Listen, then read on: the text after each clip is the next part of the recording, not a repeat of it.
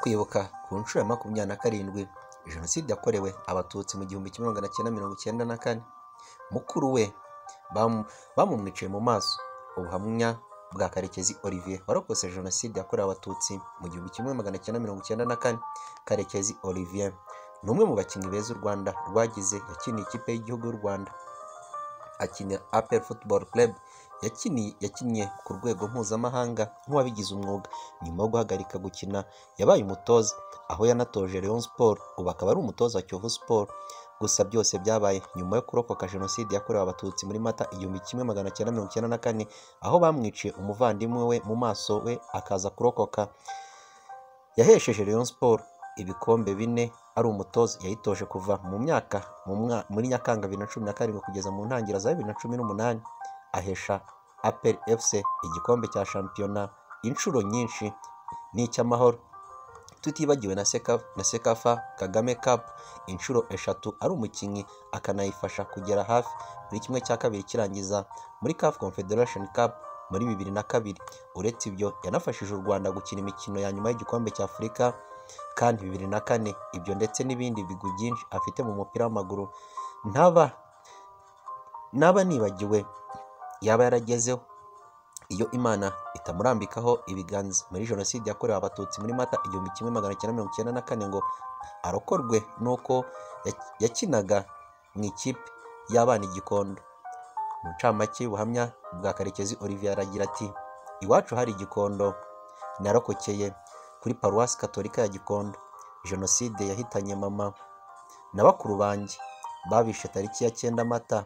Njye nari kumwe nabo kuri Paruwasi, hanyuma mpava niruka nyura ku mashuri ya Kinunga. Ngeze hepfo mpura n'umwe mu nterahamwe, ariko papa wanjye yajyaga amufasha ibintu bimwe na bimwe mu buzima busanzwe, agerageza kundokora kuko hari abari bagiye kunyica.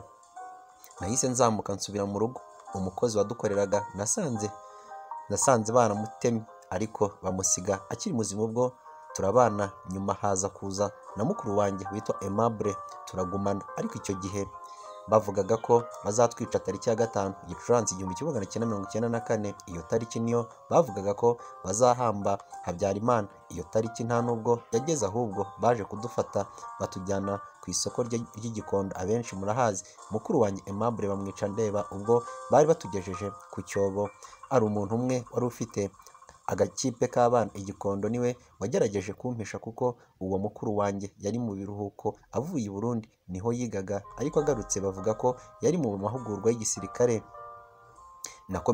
Nakomeje kwicwa n'agahinda ndeba ukuntu bica mukuru wanjye, ariko uwo mugabo akomeza kumpisha. Nyuma ansubiza aho twabaga. Haza kuza umwana wigaga imbere yanjye, ni nawe wankijije, kuko yaje afite imbunda arantwara njyana ku babyeyi be babaga mu Gatenga. Jenoside yahagaritswe bangejeje i Nyamirambo munsi Onotracom. Karekezi Olivier avuga ko ibikomere yari afite mu mutima byomewe n'umupira w'amaguru, agakomezwa kandi agaterwa n'imbaraga n'ibiganiro yagiye agirana n'abakomeye, baba abasirikare n'abasivile bagiye bamuganiriza, kandi bose yarahujwe nabo n'umupira w'amaguru. Karekezi Olivier afite ibigwi bikomeye mu mupira w'u Rwanda. Yarokotse Jenoside yakorewe Abatutsi, ariko ngo ibikomere byomewe na ruhago. Kugeza ubu ngubu Karekezi Olivier akaba ari umutoza ubu ngubu wa Kiyovu Sport.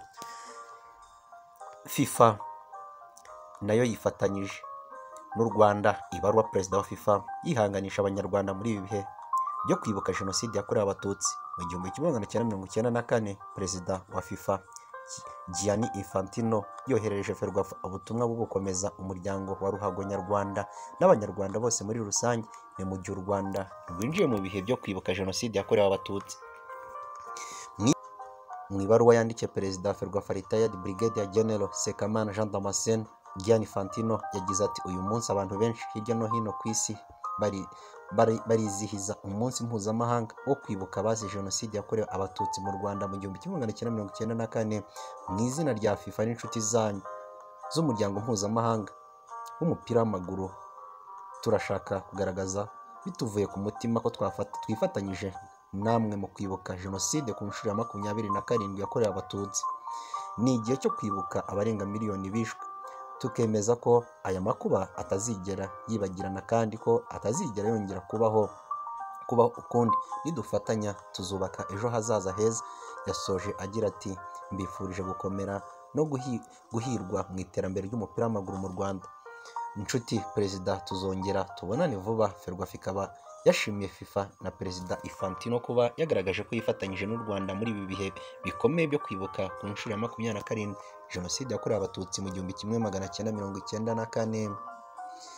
Abari abanyamuryango ba Mukura Victory Sport kwibuka ku nshuro ya 27. Abari abanyamuryango ba Mukura Victory Sport bazize Jenoside yakorewe Abatutsi mu Rwanda mu 1994, mu gihe u Rwanda n'inshuti z'u Rwanda bari kwibuka ku nshuro ya 27 Jenoside yakorewe Abatutsi mu Rwanda 1994.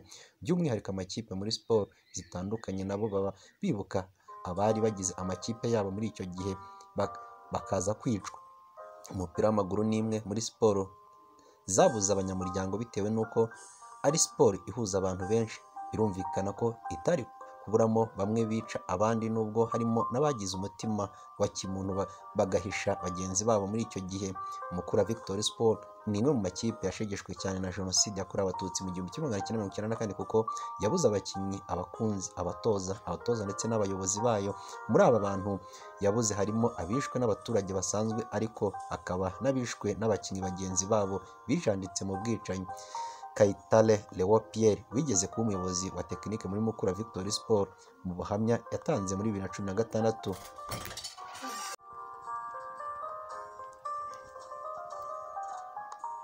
Kayitare Léon Pierre wigeze kuba umuyobozi wa tekinike muri Mukura Victory Sport, mu buhamya yatanze muri 2016 nk'uwabyirukanye n'umubare munini w'abakinnyi bari muri Mukura Victory Sport, yemeza ko ubu ari burugumesitiri Kanyabashi yashishikarije abakinnyi kwicana, bamwe bakabyemera bakajya mu bitero byahigaga abo bakinanaga. Agira ati umwe mu banyamuryango babo wari ku isonga hano mu bwicanyi ari we burugumesitiri Kanyabashi yaje kubishishikariza nk'uko yabishishikarizaga n'abandi. Hagira abiyemeza nyine kujya mu bwicanyi ndetse bahiga bagenzi babo, noneho bakamenya ngo uyu ni umututsi, reka njye kumwica. Kayitare avuga ko nk'uko byatangaje abantu kwica abaturanyi babo, ngo n'abakinnyi ba Mukura Victory Sport ngo batunguwe no guhigwa na bagenzi babo bakinanaga. Kayitare avuga ko harimo bamwe mu bakinnyi bijanditse mu bwicanyi nka Gashirabake Asumani na barumuna be, ariko hakaba n'abagerageje guhisha bagenzi babo nka Martin Ntwari. Ati abo navuga bishe bagenzi babo n'abagendaga nyine mu bitero barimo Gashirabake na barumuna be, hakabamo abitwaga Cyanira. Abo bose ni abahigaga bagenzi babo bakajya kubahiga kuko babaga bazi aho bihishe kuko bakinanaga, ariko hakaba n'abandi bagiye bagira uruhare mu guhisha bagenzi babo nka Ntwari Martin yagerageje guhisha bagenzi be ndetse n'abandi baturage. Kugeza ubu hamaze kumenyekana abantu 27. Imibare iheruka gutangazwa bari abakinnyi n'abatoza n'abayobozi ba Mukura Victory Sport bazize Jenoside yakorewe Abatutsi mu 1994, ariko Gakuba Paul wari perezida, Ngarambe Faustin, Masabo Laurent, Kayitare Atanazi, Karenzi Pierre Claver, Sonera Pierre, Ngando Felicien, Ntagorama Ndakaza Joseph, Kanamugire Kabaranga Serviane, Murindahabi Charles, Mukubu Rucyahana Faustin, Rutiyomba Rugema, Karongire Kente Emmanuel, Kayihura Camille, Staki Charles, Theophile Rutagengwa, Musisi Jean Paul, Rudasingwa Justin, Rutegazihiga Martin, Mugirwa Eugene na Rutiyomba Janvier. Aba n'abari abakinnyi ba Mukura Victory Sport n'abari abayobozi. Mu ibaruwa yandikiye Perezida Ferwafa retired Brigadier General Sekamana Jean Damascene, Gianni Infantino yagize ati uyu munsi abantu benshi hirya no hino ku isi barizihiza umunsi mpuzamahanga wo kwibuka abazize Jenoside yakorewe Abatutsi mu Rwanda mu 1994. Mu izina rya FIFA n'inshuti zanyu z'umuryango mpuzamahanga w'umupira w'amaguru, turashaka kugaragaza bituvuye ku mutima ko twifatanyije namwe mu kwibuka Jenoside ku nshuro ya 27 yakorewe Abatutsi. Ni igihe cyo kwibuka abarenga miliyoni bishwe. tukemeza ko aya makuba atazigera yibagirana kandi ko atazigera yongera kubaho ukundi. Nidufatanya tuzubaka ejo hazaza heza.